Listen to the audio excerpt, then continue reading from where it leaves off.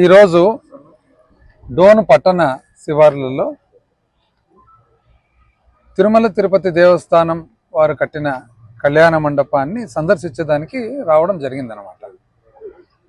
తమాష తెలిసిన మీకు, అసలు ప్రజలందరూ కూడా చూడలేదు. ఇది ఎక్కడ ఉండదు, తాళాలేసే సంస్కృతి. ఇక్కడ చూడండి, 2020 సంవత్సరంలో మన ప్రభుత్వం వచ్చిన తర్వాత 2019లో 20 సంవత్సరంలో కోవిడ్ ఉండగా కూడా ఈ పట్టణానికి తదితర ప్రాంతాలకు వెనుకబడిన ప్రాంతం కాబట్టి ప్రజలందరికీ కూడా, ముఖ్యంగా పేదవారికి ఏదన్నా కానీ ఒక శుభకార్యం చేసుకునే దానికి ఒక మంచి ఆవరణ ఉండాలనే ఉద్దేశంతో అప్పటి ముఖ్యమంత్రి జగన్మోహన్ రెడ్డి గారిని విన్నవించుకొని అప్పటి చైర్మన్ శ్రీ వైవి సుబ్బారెడ్డి గారిని మరి రిక్వెస్ట్ చేసుకొని డోను పట్టణానికి 3,30,00,000 టీటీడీ కళ్యాణ మండపము కట్టేట్టుగా శ్రోత్రియం గుండాల గుడి పక్కన 5 కోట్ల రూపాయలతో టీటీడీ కళ్యాణ మండపం కట్టేట్టుగా ఏర్పాటు చేయడం జరిగింది. శాంక్షన్స్ తీసుకోవడం జరిగింది.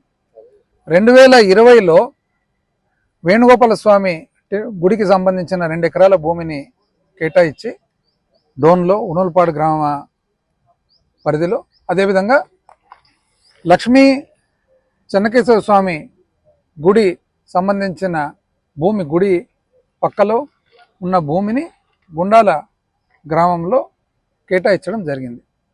2022, 23లో 24లో కన్స్ట్రక్షన్ స్టార్ట్ చేయడం జరిగింది. ఎలక్షన్ నాటికి ఇంచుమించు పూర్తి అయిపోయింది. 1.5 సంవత్సరముగా ఇంతవరకు పూర్తి చేయకపోగా ఎటువంటి ఉద్దేశం ఏదైతే ఉందో ఆ ఉద్దేశాన్ని నీరుగార్చి కోట్లాది రూపాయలతో నిర్మించిన భవనాలను, పేదవారికి కానీ మధ్యతరగతి వారికి కానీ సంబంధించిన భవనాలను నిరుపయోగంగా పెట్టడం జరిగింది. ఈరోజు సందర్శించేదానికి వస్తే పొద్దున వరకు తెరిచి ఉన్న తాళం ఇప్పుడు తాళం వేయడం జరుగుతుంది. ఎందుకు అని అడిగితే అధికారులు ఏమంటారంటే, సార్ పైనుంచి ఒత్తిడి సార్, ఇది ఎక్కడ ఇది అంటే, దీన్ని శాంక్షన్ చేసినది ఎవరు, దీన్ని కట్టించినది ఎవరు, కట్టించిన భవనాన్ని ఇంతవరకు ఎందుకు నిరుపయోగంగా ఉంది చూసన్నా పోదామనంటే బీగాలేయడం జరుగుతుంది అన్నమాట.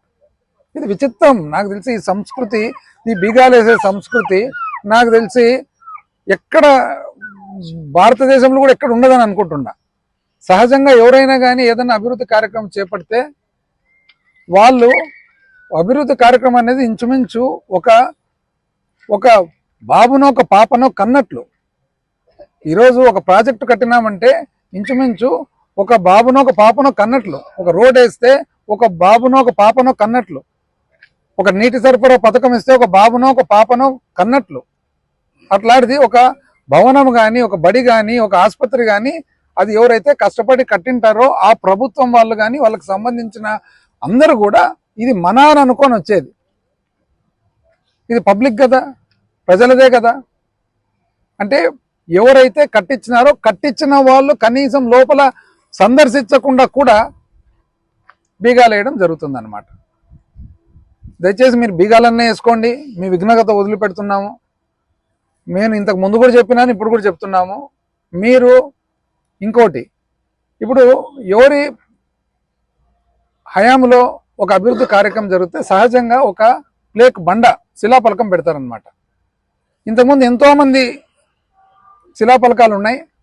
మా 5 సంవత్సరాలు 2014 నుంచి 19లో కానీ, మా 19 నుంచి 24లో కానీ ఒక్క రోజు కూడా నాకు తెలిసి ఒక సింగిల్ శిలాఫలకం ఎవ్వరు కూడా తాకలేదు. ఈరోజు చూడండి ఎంత అసలు దిగజారిపోయిన విధానం అంటే, ఎక్కడన్నా కానీ శిలాఫలకాలు ఉంటే దానికి పోస్టర్లన్నా కల్పిస్తారు, పగలగొట్టనన్నా పగలగొడతారు, ఇరగొడతారు.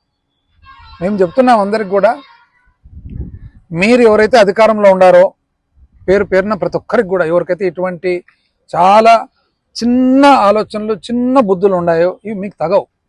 అయితే మీరు శిలాఫలకాలు పగలగొట్టచ్చు, శిలాఫలకాల మీద మీరు పోస్టర్లు కరిపించచ్చు, ఇంకోటి కరిపించచ్చు, కానీ ప్రజల గుండెల్లో మాత్రము చెరపలేరు మీరని చెప్పి నేను తెలియజేస్తాను.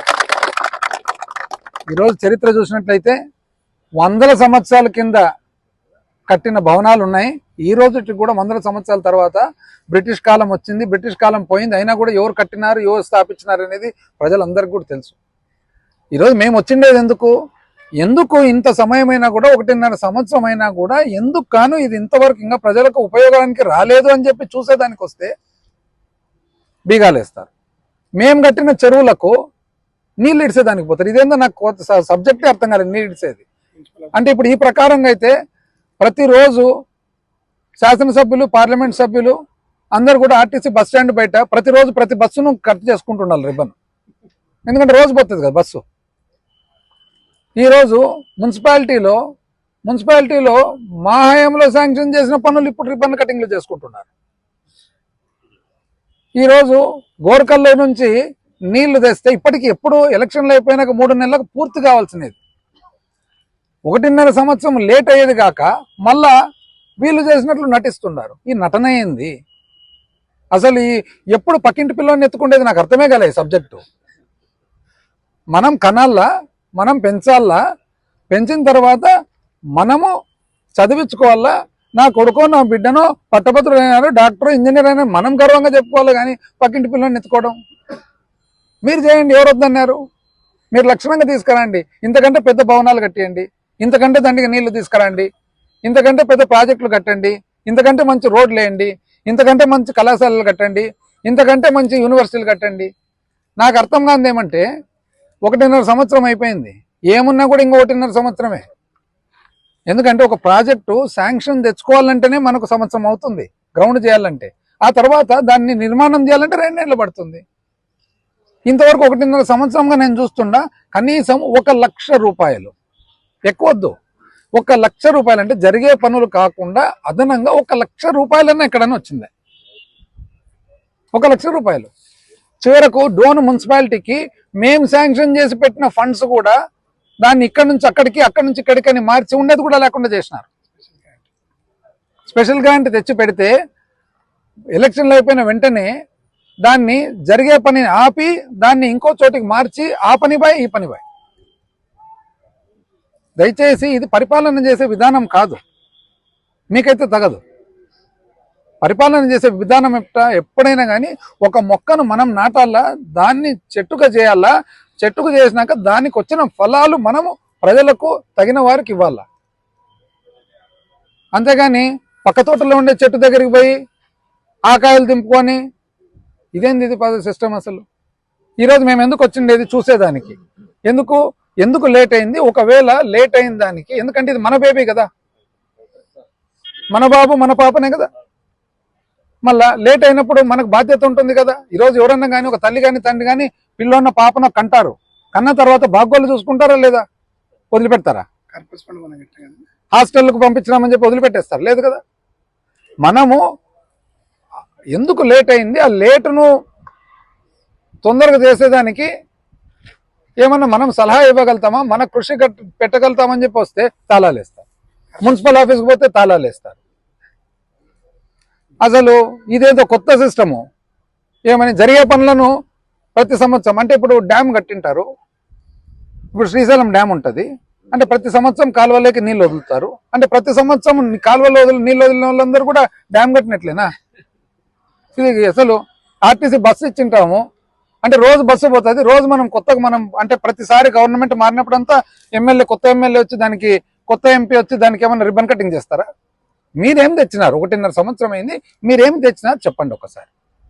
ఇది నేను తెచ్చిండేది ఏది రొటీన్ గా జరిగే పనులు కాకుండా, జవహర్ గ్రామ సడక్ యోజన, PMJSY ఇట్లాంటివి కాకుండా ఒక ప్రత్యేక ప్రాజెక్టు 1 లక్ష, నేను ఎక్కువ కూడా అడగడం 1 లక్ష ఇది తెచ్చినాం. 1 లక్ష రూపాయలు మేము తెచ్చినట్టు ఓపెన్ చేసుకుంటా, మేము తెచ్చినట్టు క్లోజింగ్ చేసుకుంటా, మేము తెచ్చినట్టు లాక్ వేసుకుంటా, మేము తెచ్చినట్టు జరగనీయకుండా. ఇప్పుడు నిజం చెప్పాలంటే ఇంతకుముందు రాజశేఖర రెడ్డి గారు ఒక మంచి వినూత్న విధానం పెట్టినారు. చంద్రబాబు నాయుడు గారికి అలవాటు ఎక్కడంటే అక్కడ శిలాఫలకాలు వేసుకుంటూ పోవడం.